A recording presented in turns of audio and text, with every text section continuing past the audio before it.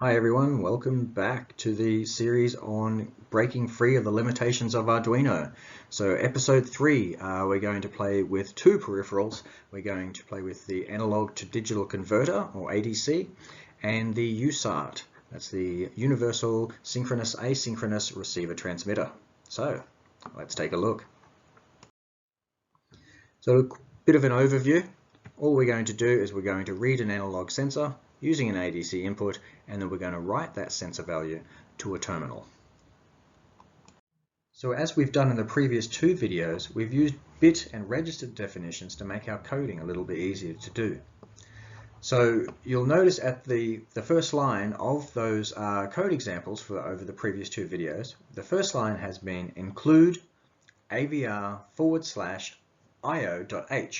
And we can see the contents of that source file by going to this website here. And it's www.nongnu.org/avr-libc. Bookmark this, it's very useful. So let's go and do that.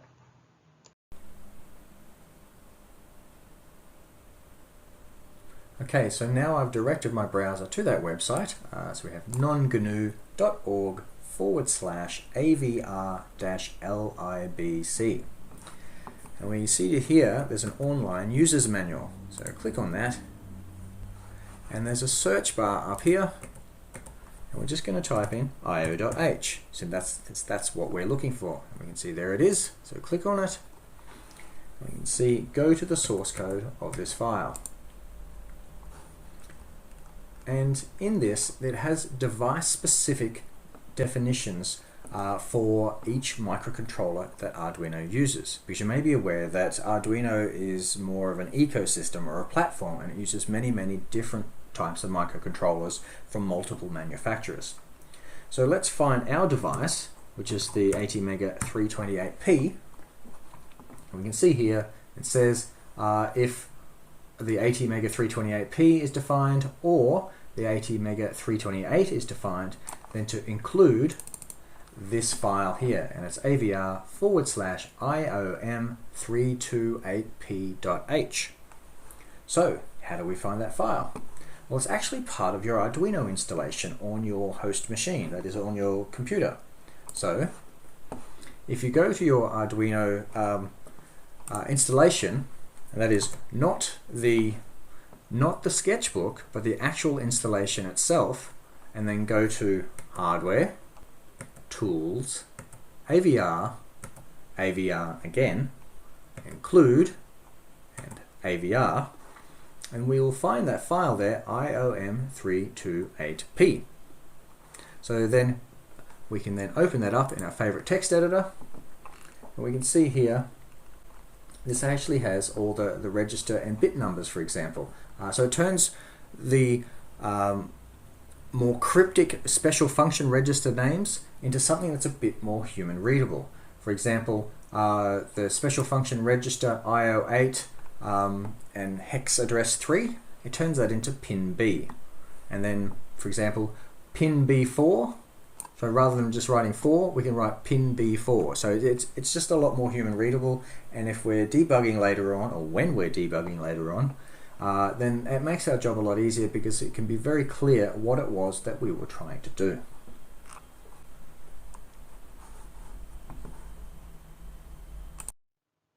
So now I've shown you that, let's get into this project. So I'm going to start with the USART first. And the reasoning for this is that if we have problems later, it'll be much easier to diagnose the cause. And what I mean by this, let's say we did the ADC read first, and then we tried to write it out to the USART. But if we weren't getting any data out, how do we know what the cause is? Is it the ADC or is it the USART? But if we do the USART first and write an example string to a serial terminal, then we can be sure that that's working, and then when we do the ADC read, if there's a problem, that narrows it down for when we need to start debugging. So as I mentioned earlier, USART stands for Universal Synchronous Asynchronous Receiver Transmitter, and it's a serial communications interface. And the main components of the USART are the clock generator, the transmitter, and the receiver. And let's just briefly go over the feature set of the USART so you can have a bit of an idea of what's going on. So it operates in full duplex operation. If you don't know what that means, hold on and I'm going to explain it in a moment. It can operate in asynchronous or synchronous, and the master or slave can be clocked. It has a baud rate generator. It supports serial frames with between 5 and 9 data bits and 1 to 2 stop bits. It has parity generation with odd or even, and also has error checking such as data overrun or framing error and things like that. So let's do a little bit of a primer on basic terminology. So the most common transmission modes are full duplex, half duplex, and simplex. Now simplex is obsolete and isn't used. I simply included it here so that we could compare them. So simplex, as we can see for this graphic in the top right, is one directional from a mainframe to a monitor, and that's all it does. Then there's half duplex, where they can actually talk both ways between two computers. But the catch is they can't talk at the same time. Only one can talk at a time. So this is like having a CB radio or a walkie-talkie where you have to push the button to talk, and then when you finish talking you release the button and then someone else can talk. The third one is full duplex, and this means that both computers at both ends can be talking and listening at the same time. And then there's synchronous mode and asynchronous mode. So synchronous uses a clock signal to time the data transfers. Think of it like having everything operating to the beat of a drum. And so on either rising or falling edges of the clock, the data line is sampled. And the data is changed on the opposite edge to the clock edge to prevent any problems. However, we're going to use asynchronous mode, and it uses start and stop bits to create a data frame. And so the frame has one start bit where it goes low or a 0, then it has between 5 and 9 data bits, then a parity bit which is either odd, even, or it could be none, and then either 1 or 2 stop bits. And then the next thing is the baud rate. So baud just basically means bits per second, and that's how fast we're transmitting. Next is parity. So parity is a form of error checking, and you can have odd, even, or none. And so I've got a little example here. So say this top one here, this is the word that we're sending, bit 0 through to bit 7, and then if we're using odd parity, what it does is it counts up the number of ones in the 8-bit word, and then it makes the parity bit whatever it needs to be to ensure the total number of ones in that 9-bit word is odd. So for example, we can see in this top one we've got 1, 2, 3, 4 ones. So therefore, if it's odd parity, then the parity bit would be 0. And then we have the same data word on this lower example here, and so we have 1, 2, 3, 4 ones. So in that case, because it's even parity, the parity bit would be 0. And then there's data overrun, which is a form of error checking, and it just raises a flag to indicate that there's data loss due to a receiver buffer being full. And there's also frame error, and it's another form of error checking, and it just indicates the state of the first stop bit of the next readable frame. So let's start by setting up the USART to work with the Arduino serial monitor. And so we have to initialize the USART before any communication can take place. And the initialization procedure normally consists of setting the baud rate, setting the frame format, and enabling the transmitter or the receiver. In this particular example, we're not going to do interrupt-driven USART operations. And so let's take a look at this C code example. So we have 3 defines. So first is the oscillator frequency, or the clock speed. The second is the baud rate. And the third is a calculation that is done based on the oscillator frequency and the baud rate. And then it just shows in the main function, you call the USART init function and you pass it that calculation that you've done.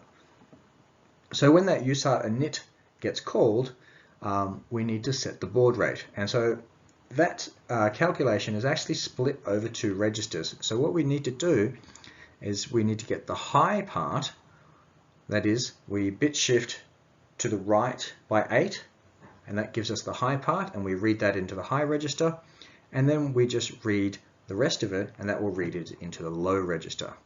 And they show here that they're enabling the transmitter and the receiver. We can see those bit definitions, RX enables 0 and TX enables 0. So RX just means for receiver and TX just means transmitter. And then they set up their frame format. We can see here they've done 8 data bits and 2 stop bits, and then they write to these registers. Now, the Arduino serial terminal or serial monitor allows the user to set various different baud rates, but it has a data frame with no parity, 8 data bits, and 1 stop bit. So what if we wanted to do something else? What would we do then? Well, let's go in and take a look. So we need to figure out what that value of UBRR needs to be. So first we need to decide on a baud rate. And so I've decided that we're going to use 9600, but you can choose anything. And so I've opened the data sheet here, and we can see the oscillator frequency is 16 megahertz, which is what the Arduino uses. And we can see here this UTXN equals 0. This means we're not using double speed. And that's what we're actually set up to use here. And so this shows us the values that we need to write to that register. And we can see for 9600, the value we want to write is 103. And we can also see here the error rate. So this is very important. The faster you go, the more errors you get. So if you don't need to go super fast, 9600 is usually plenty for what you need. And then let's actually take a look at the register descriptions.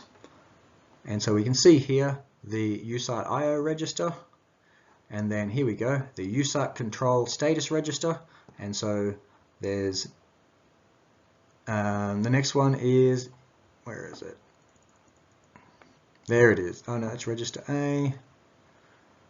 So that has things like flags for receive complete and transmit complete.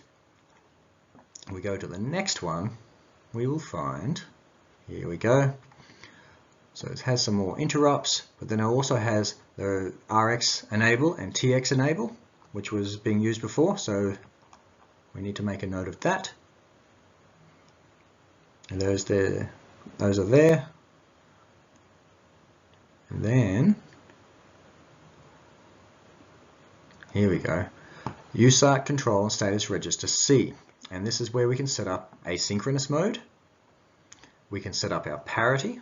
And so we're going to disable the parity. And then we're going to set up 1 stop bit, because that's what the Arduino serial monitor uses. And then we're going to set the character size, which is 8 bits. And so we're going to use that value 011. And that looks like, yep, that's it for what we need there. So now that we know what we need to, what registers we need to use. Oh, and we've got the USART baud rate register. So this is the UBRR register, and this is the low register.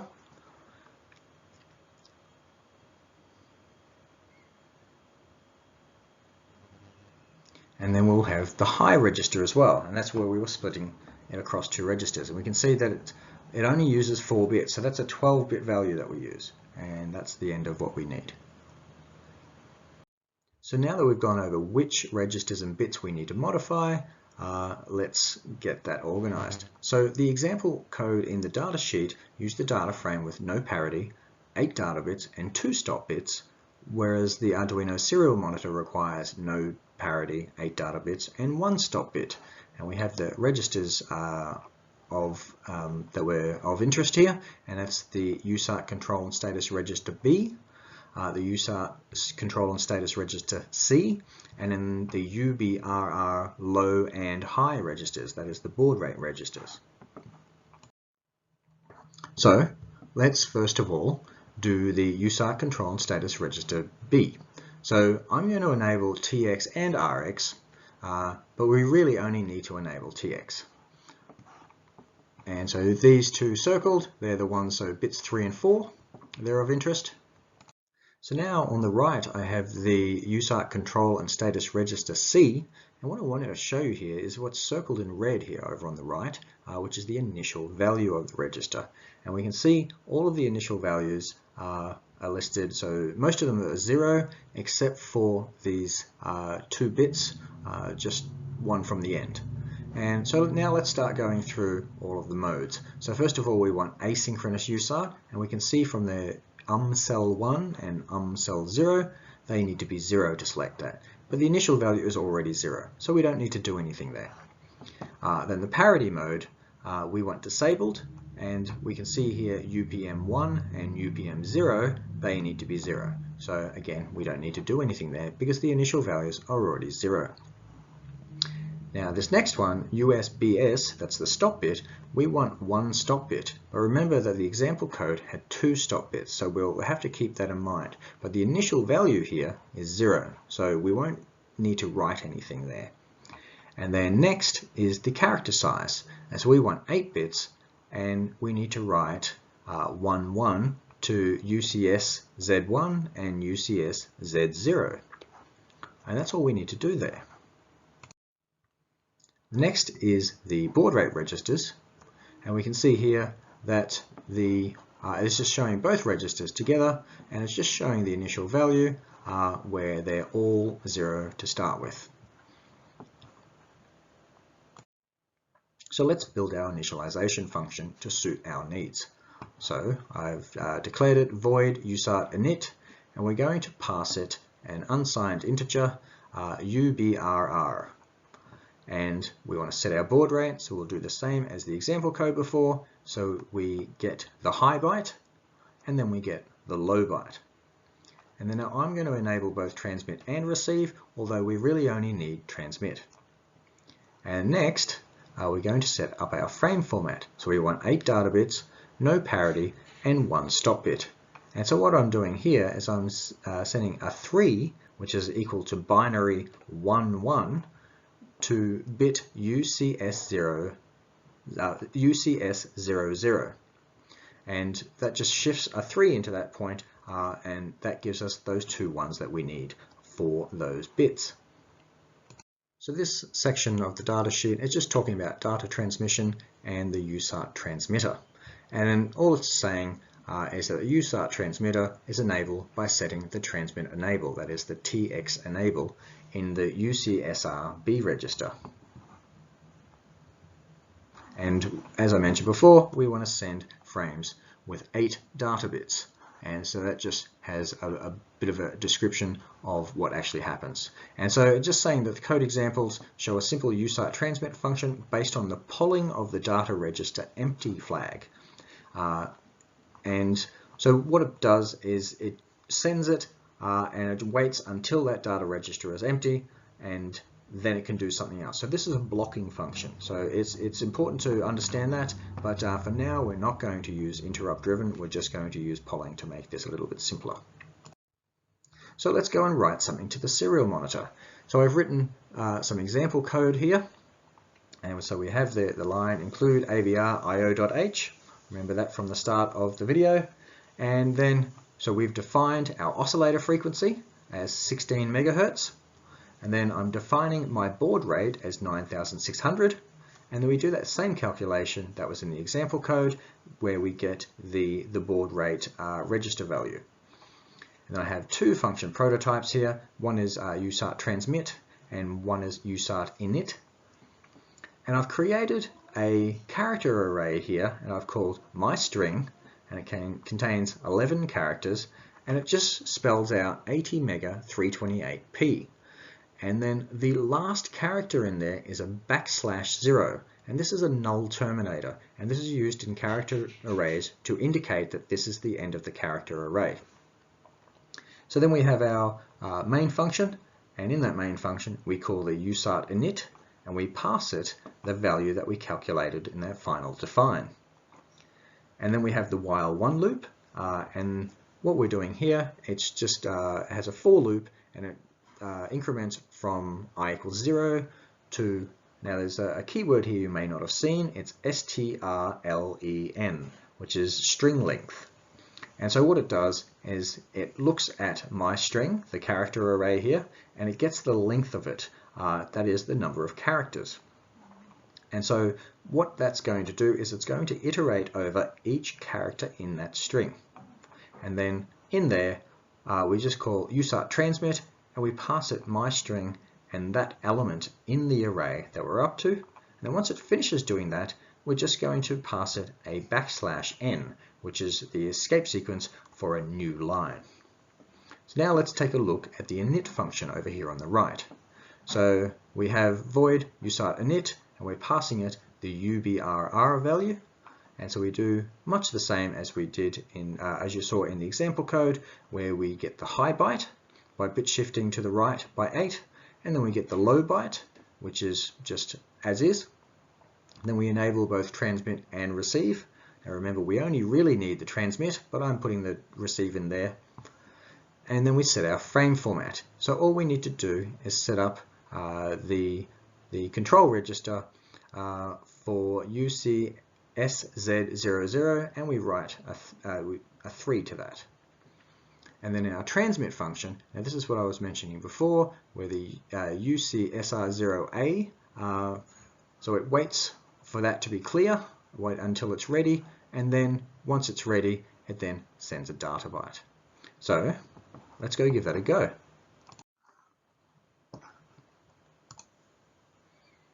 So I'm going to go upload the code. Here we go, uploading. Let's see, uploading, done uploading. All right, so let's open the serial terminal, and there we go. It's writing ATmega 328p. We can see the baud rate here, 9600. And if I clear that, off it goes again. So the whole point of this series is to take more control or full control of the ATmega 328p. So why don't we write a USART function that allows us to use more of its features? So as we went through that before, through the datasheet sections, we saw that we could set the baud rate, we could set it in synchronous or asynchronous modes, we can set data bits between 5 and 9, stop bits 1 or 2, and parity can be odd, even, or none. Then it also has interrupts of TX complete, the TX data register empty, and RX complete. So I've decided for the purposes of this function, we're going to write a function in which it runs in asynchronous mode. We can select the baud rate, we can select the number of data bits, we can select the number of stop bits, and we can select the parity. So let's take a look at that. So let's get into creating functions. So always remember, dry, don't repeat yourself. So put often used procedures into a block and then call that block when you need it. If you're repeating yourself, you're wasting your program memory space, you're wasting your time, and you're potentially causing debugging problems later on down the line. So when you're creating a function, think about inputs and outputs. Now, does the function need to be really specific, or can it be more generic? Does it need to take very specific parameters, or are there different versions of it? And does it need to return a specific type of data to the main program? Now, there's trade-offs when creating more generic functions, and that is it's more portable from different projects because you might write it in one project and use it in a bunch of different other projects. But it also tends to be heavier. And what I mean by that is that it needs to look for various different things and take those into account, rather than a more specific version will be much tighter code. That is, it'll take up less code space. So our function, we have 4 inputs, so the baud rate, parity, the number of data bits, and the number of stop bits. And we don't need any outputs for this. So here's something that I created. So you can see the comments at the top left here. So the user enters the required baud rate, the parity, so you enter lowercase o for odd, lowercase e for even, and lowercase n for none. And then we also enter the number of data bits and stop bits. So I've declared my function here, void USART init, and we're passing it the 16-bit baud rate. We're passing it a character for parity, and then we're passing in an 8-bit unsigned integer for the number of data bits, and then also an 8-bit unsigned integer for the number of stop bits. And so here we do the calculation that was done before. So UBRR uses that calculation because the oscillator frequency is always going to be 16 megahertz on an Arduino, and we just divide by that by 16 unsigned long and divide that by baud rate minus 1. And then we get our high byte as we did before for UBRR. We get our low byte for UBRR just as we did before. Then we enable our transmit and receive exactly as we did before. But now I have a switch case set up here, and we're doing a switch on parity. And on the case that is the lowercase o, we set up the parity for odd. If it's the parity, we've selected lowercase e for even, then we write to these bits. And if it's none, then we write to what we were doing before. And I'm taking the assumption that this could get called more than once. So we need to make sure that we can actually clear bits that may already start clear, but they may get written to later on. And then I have a default case here, and I've decided to make the default case no parity. So if, for example, someone enters an X rather than O, E, or N, that it'll just default to no parity. Then next on the top right here, so we have another switch case statement, and this is for the number of data bits. And I've decided to limit it from 5 to 8, just to make it a little bit easier on ourselves. And so in the case of 5, we just set up this register, we write these bits to it. In the case of 6, it's the USART control register C again, and we write these bits to it. If we have 7 data bits, we set it up this way. If we have 8 data bits, we set it up this way. And then I have the default being 8 data bits. So if it's anything apart from 5, 6, 7, 8, it will just set it up as 8. And then the final switch case statement is the number of stop bits. And so if they enter 1 for one stop bit, then we set up that control register, that bit. And if it's 2, we set up the control register as here. And then I've set up the default being 1 stop bit.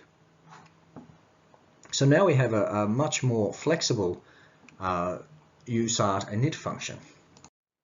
So now that we've initialized it, we need to actually be able to transmit. So borrowing from the USART transmit, so I've written a transmit and a receive function and just borrowed heavily from them. And we can see here transmit byte, and it's passing a unsigned 8-bit integer pointer to a data byte. And we'll cover pointers briefly in a moment. And all it does exactly what it did before, and this is just wholesale taken straight from the data sheet, and it just waits until that register is empty, and then it writes the next data byte. And then receive, we've taken this directly from the data sheet as well, and it just waits for data to be received, and then returns whatever it is that was sent to us. Now, while you can write your own libraries for everything, many peripherals already have pretty good libraries already in existence. So this can be useful to modify your project's requirements, or even just for learning what other people have done and different approaches and programming best practices and so on. So let's do a bit of a primer on pointers. So every variable declared is allocated a location in memory. And a pointer is just a variable that points to the location of another variable in memory. And so our basic pointer operators are ampersand and asterisk. And ampersand indicates the address of a variable that's pointed to, and the asterisk is known as the dereferencing operator, and it's used to both declare the pointer and also get the value of the variable that's pointed to. So using a pointer, we can get the address of the variable and we can get the actual value that's written there. So let's go over declaring a variable and a pointer. So first of all, we're going to create a variable, an unsigned 8-bit integer, and I've called it var, and we're going to set that to 0. And the comment is, this is just an 8-bit integer. And then we're going to declare a pointer to that variable. And the important thing here is that both of these, both the variable and the pointer, must be the same data type. This is very, very important. And so we have U8 int, so unsigned 8-bit integer, and we're going to call it asterisk because that's for declaring a pointer, and I'm calling it PTR. And it gets assigned the address of var. So now with pointers, there's pointer arithmetic. So you can add, subtract, increment, and decrement. So pointers are really useful when working with arrays. So rather than load the whole array into the memory, just load the pointer. Because imagine if you had an array that was massive, what if it had hundreds of elements? Then loading that whole thing into memory not only is slow, but it eats up all of your RAM, and you may run into all sorts of problems with that. But if you just load the pointer, then you're effectively just loading one single element. And so then what you do as you iterate over the array, all you do is increment the pointer, that is PTR++, and that just gives you the next element in the array. Now, rather than pass a variable to a function, you can also pass the pointer. So for example here, I've got an example function called myFunction, and we're passing it a pointer called pointer to array. And we know it's a pointer because it has the asterisk in front of it. Now, pointers can do a lot more. Pointers that are incredibly powerful. This is just a really basic introduction. I recommend you learn about pointers because they're very, very powerful. And entire textbooks have been written about pointers. So let's do a basic example here. So I have an 8-bit unsigned integer called array, and I've declared it as an array, hence the square brackets. And I'm just writing it to it uppercase A, B, C, D, E, and then we have the null terminator, the \0. And then I declare an unsigned 8-bit integer, and it's a pointer because of the asterisk in front of it, and I give it the address of the first element, or the 0th element of the array called array. And then I have a for loop, and we're just incrementing over the array using the string length function, and we're just incrementing the pointer. That's all this does. So let's write a bit of code where we can use a pointer to write to our serial terminal. So we have again our include avr io.h, we have our define for our oscillator frequency, and then we have our string, and so this time I've made it unsigned 8-bit integers because that's effectively the same as a character, and there's 11 characters in it, and again it says 80 mega 328p, and it has the null terminator at the end. And then I have a pointer, and I'm just assigning the pointer the address of the 0th element of my string. I have my function forward declarations as I did before, and then in my main function, so I've set up DDRB, so this is Arduino pin 13, which is the built-in LED, and then I'm also setting that up as an output, and then I'm setting it low. And then what I'm going to do is, so we initialize the USART, so I've decided on 9600 as the baud rate, no parity, 8 data bits, 1 stop bit. And then we have a while one loop, and then we're just incrementing over that array as we did before, and we just call USART transmit byte, and this time we just pass it the pointer. And then after we finished that for loop, we then transmit a byte that prints an escape sequence, which is new line \n, and then we set the pointer back to the 0th element again so that it can run again, and this will run over and over and over again. So now that we've done that and we know how to write to the USART and we can prove that it's working, let's get into the ADC, or analog to digital converter side of things. So first, what's an analog sensor?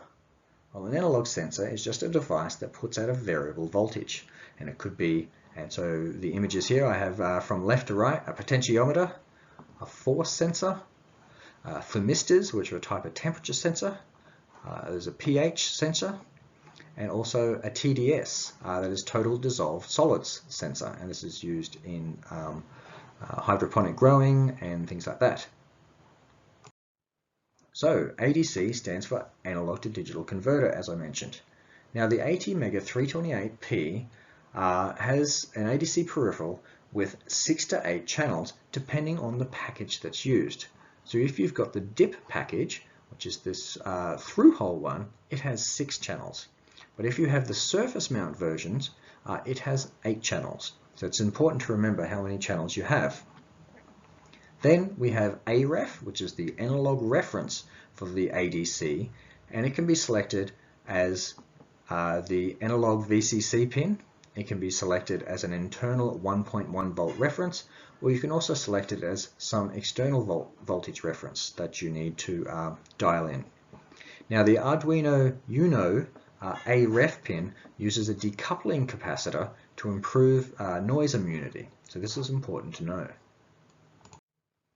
So let's go into connecting analog sensors. So to make things simple, I'm going to connect it to ADC0, which corresponds to A0 for Arduino, which happens to be pin 23 on the DIP microcontroller.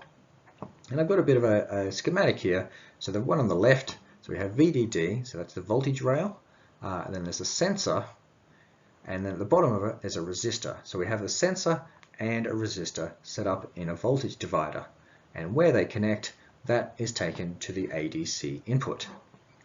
And since an analog sensor is most of them are just variable resistance, it's almost like you have your VDD at the top here, and you just have a big resistor, and you're just moving that that wiper up and down to get various different ADC input voltages. So let's set up the ADC. So we can see here from the data sheet, so we can see the first conversion takes 13.5 cycles. Now these are not necessarily the clock cycles, these are the clock to the ADC, and this is important to understand. So the first one takes 13.5 cycles, and then the conversion time itself takes 25 cycles. Then once it's done that, subsequent conversions take 1.5 cycles for the sample and hold, and then another 13 cycles to the conversion time. So from the data sheet, I have the ADC control and status register A, and these are the 3 bits of interest here. And so you can see on the right here the input channel selection, and what we want to do, so I'm going to run it quite slowly because I don't need to read anything particularly quickly, and so the division factor, I'm going to use the slowest one, and so that's going to divide the oscillator frequency of 16 megahertz by 128. And I have a calculation here, 16 megahertz divided by 128 is 125 kilohertz. So that's the clock signal to our ADC. And we can do this then by writing a 7, because 111 binary is equivalent to decimal 7. So we just write to the ADC SRA register a 7, and we bit shift it across to the ADPS 0 bit. That is the lowest bit. And I just have a note here that 7 is equal to binary 111. So the registers used by the ADC, if we went through the data sheet, is ADMUX, then ADC SRA, ADC low, and ADC high. So ADMUX, the bits of interest are REFS, that's the voltage reference selection, MUX, which is the input channel selection, and then the ADC SRA, we have the ADC enable bit, we have the start conversion bit, the auto trigger bit, then the ADC interrupt flag and interrupt enable, and then the select prescaler. And then the ADC low and high registers contain the 10-bit ADC value. Now, as I mentioned before, the Arduino Uno has a 0.1 microfarad capacitor used for improved noise immunity between analog, VCC, and ground. You can see here there's a circuit diagram, and the bit circled in red is that capacitor, and we can see it's connected from AVCC, between AVCC and ground. And in order to use that, we need to write the AD mux register, a 1 to the reference S0, and then also we need to select the ADC. And so what I've done here, so I've written AD mux and equals, and it's a hex word, and it's F0. So F is binary 1, 1, 1, 1, and 0 is obviously 0. And so all that's doing is that's selecting our ADC 0. Then we perform an ADC read, and to do that, as we saw before, we need to enable the ADC, obviously, and then we initiate the first read, and we get the result. And then it just sits there and waits for the result, and then it returns that hold, and it's the ADC. W is for word, so it's a 10-bit word. And we can see here this little snippet from the datasheet. ADSC starts a conversion, and in the single conversion mode, we write that bit to 1 to start each conversion, or in free running mode, we can write that bit to 1 to start the first conversion. And the first conversion after ADSC has been written, after the ADC has been enabled, or if the ADSC is written at the same time as the ADC is enabled, then it'll take 25 clock cycles instead of the normal 13. So we're just measuring a potentiometer, so it doesn't really matter. So we're just going to do something quite basic here. And important to know that ADSC will read as 1 as long as the conversion is in progress. And when the conversion is complete, it returns to 0. So now let's put everything together. So I've used timer counter 0, timer interrupt, to read an ADC and print the value over the USART every 500 milliseconds. And then of course we use the ADC peripheral, and then of course the USART peripheral. So let's go over the code. So first I have, we're going over all the functions first. So first of all, I have a interrupt service routine for timer 0, and you may remember this from the first video. And every time that overflows, we're going to increment a counter. I have the ADC interrupt service routine here, but I'm not actually using it. Then I have a function that returns a unsigned 16-bit integer, and it's called ADC read, and we pass it a channel. And the first line is setting up the channel as we did before. And then the next line is where we start the conversion as we were talking about just before. And then we sit there and wait for the result, and then we return the 10-bit word. Next is ADC init, and we showed how to set that up. So we use analog VCC, which is connected to 5 volts on the Arduino Uno. We have our AD mux, so we clear the 4 least significant bits to set the ADC to 0. And then we have the ADC SRA register, and we enable it, and then we also set the ADC clock to 125 kilohertz. And I have here a port init, so I'm just using Arduino pin 13 as an output, and that's all I'm doing there. Now we have our timer 0 init. Now we have this from the first video, and so all we do is we set the timer mode to CTC. We set the value that we want to count to. In this case, it's 249, because again, we're using 500 milliseconds. We set up the interrupt service routine, compare A vector. We enable our global interrupts, and then we set our prescaler to 256, which starts the timer. Next is our USART init function that we went over before. So we have our UBRR high byte and low byte. We set up our TX and RX. And then we have switch case for our parity and our data bits, as we did before. So that finishes with stop bits. And then over here on the right, I have the USART transmit byte and also USART receive, and those we went over before. And then here is the main part of the function. And so we have our include AVR IO.h and include AVR interrupt.h. Since we're using the timer interrupt, we set up our oscillator frequency, As we did in the first video, we set up our 8-bit integer counter, because that's counting the number of timer overflows. And then we have our string, a character string that we used before, and we have our pointer to our character string. We set up our forward declarations here, so we have USART init and USART transmit byte.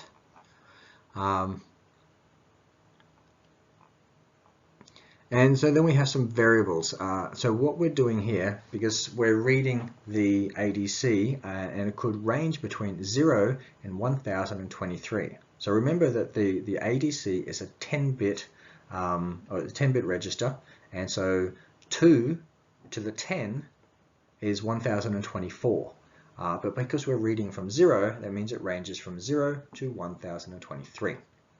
So we're going to set up variables for the thousands placeholder, the hundreds placeholder, the tens, and then the ones placeholder. And you'll see in a moment what I'm doing here. And then I have a temporary variable. It's just we store the ADC 0 result so that we can perform operations on it. And I have function prototypes for all of the other functions that we're using there. And now finally on the right we get to the main function. So we call our port init, is where we set up our Arduino pin 13 as a output. We have our USART init, and we're setting it up to 9600 baud, no parity, 8 data bits, 1 stop bit. We do our timer 0 init, as we did in the first video, and then we have our ADC init, which we did before, and then finally we have our while one loop. And so if the counter reaches 125, because the timer interrupt is set to 4 milliseconds, so 4 milliseconds times 125 is 500 milliseconds. And so if we reach that condition, we want to read ADC channel 0, and we save that in temp. And now here's where we break it up into different, the thousands, hundreds, tens, and ones. So first of all, we take our temp, and we do mod 10. So what that does, mod is the operator that is used if you want to know what is left over after a divide. And so if we take temp and we mod 10, that gives us the ones. And then we divide that by 10 to get rid of the ones. And then we mod it by 10 again to get the tens. And then we divide it by 10 again to get rid of the tens. And then the next one is we mod that by 10 to get the hundreds. And then all we have to do is divide by 10, and that gives us the thousands placeholder. And then next we need to convert this to ASCII, because otherwise it's going to print hex values. So what we need to do is so with an ASCII table, if we take a look at an ASCII table, you see that the numbers start at hex 30. So we need to add hex 30 to each of those ADC result placeholders for the thousands, hundreds, tens, and ones. And then finally, we write the ADC reading to the USART. So we transmit a byte, because remember we can only transmit 1 byte at a time, which in this case is a character. So we transmit the thousands value, we transmit the hundreds value, we transmit the tens value, and then we transmit the ones value. And then after that, we do transmit a \n, that is again the escape sequence that's used for a new line. And then after that, we reset our counter that's being used to measure our 500 milliseconds. We reset that back to 0. So now I have the breadboard set up, connected to the Arduino, and we can see here that I have a red wire connecting between the Arduino 5-volt pin and the breadboard 5-volt rail, and then a black wire connecting between the Arduino ground and the breadboard ground. And then from the breadboard positive rail and ground rail, I have connected either side of the potentiometer, and then the wiper or center pin of the potentiometer is then connected with this yellow wire to analog 0. So now let's go and upload this code to the Arduino. And there it's uploading, and then it's done. So let's open the serial monitor. It starts to write to the serial monitor, and let's just change the potentiometer. You can see it's winding through the full 10-bit range, and then back through again. So that works as we want it to. Now, something I want to show you here, take a look here. It shows us how much code space that this code is actually taking up. So it's 546 bytes. So just keep that in mind for a moment. Now I went and wrote an equivalent program using the Arduino API. And so let's quickly just go through it. So these first two variables hold the time. One is for the time now and one is for the time last. And then we have a variable for holding the result of an ADC read. We then set up the serial monitor at 9600, and then in the loop we get the current time, and then we just see if half a second or 500 milliseconds has passed. If it has, then we do an analog read, an ADC read of analog 0 pin, and then we print that, and then we save that time for the next time through the loop. And so let's just go and upload that so I can show you that it does the exact same thing. It's uploading, and that's done. Open the serial monitor, and that's printing, and now let's go and adjust the potentiometer. We can see that's doing the same thing. So, now that I've shown you that, let's look at the code space here. 1,738 bytes compared to before we had 546 bytes. So we can see here that using the Arduino API has resulted in a code space of 3 times the amount as compared to when we do it bare metal. So it may be a lot quicker to write the code in Arduino, but you do pay a price. And when you're working with resource limited hardware such as microcontrollers, that really makes a huge difference. And so this is a really strong argument for bare metal programming. So then what if we want to use a different data frame format? So the Arduino serial monitor uses 8 data bits, no parity, and 1 stop bit. But we could be communicating with a device that requires a different data frame format. So then we can use a different terminal program, and there's many available. For example, there's PuTTY, TeraTerm, and many others. So I'm going to use TeraTerm, and let's set up a slightly different data frame using the same code we did before, and then write it to a terminal. Okay, so this time we're going to change our data frame format, and so I've changed the baud rate to 4800, the parity to odd, the number of data bits to 7, and the number of stop bits to 2. So let's go and upload that. That's uploading, and then it's done. So now I'm going to go and open TeraTerm. Here it is, and set it to comp4 where my Arduino Uno is, and then I need to set this guy up as line feed, and then next set up my serial. Here we go, 4800. We did 7 data bits, odd parity, and 2 stop bits. And then when we hit go, there we go, it starts reading, and let's adjust the potentiometer. There we go, through the range, and then back through again. So this opens up a whole lot more flexibility with directly controlling the USART with bare metal programming. So this is a really strong argument for getting into bare metal programming, because you can do a lot more, you can be a lot more flexible, and your code space is a whole lot less. So it's winning all round. Okay, so let's do a bit of review of what we've covered this episode, because we've covered a lot. So we've gone over using bit and register definitions to make coding easier. We did USART initialization by going through the datasheet and also using the datasheet example code. We transmitted bytes over the USART to the Arduino serial monitor. We wrote a custom function to increase the USART flexibility. We did a brief introduction into pointers. We did the ADC initialization. We also used timer counter 0 to take ADC readings every 500 milliseconds, borrowing from code that we used in the first episode. We broke the ADC reading into separate bytes using the modulo operator. We changed the data frame format to increase the flexibility and usefulness of our USART peripheral.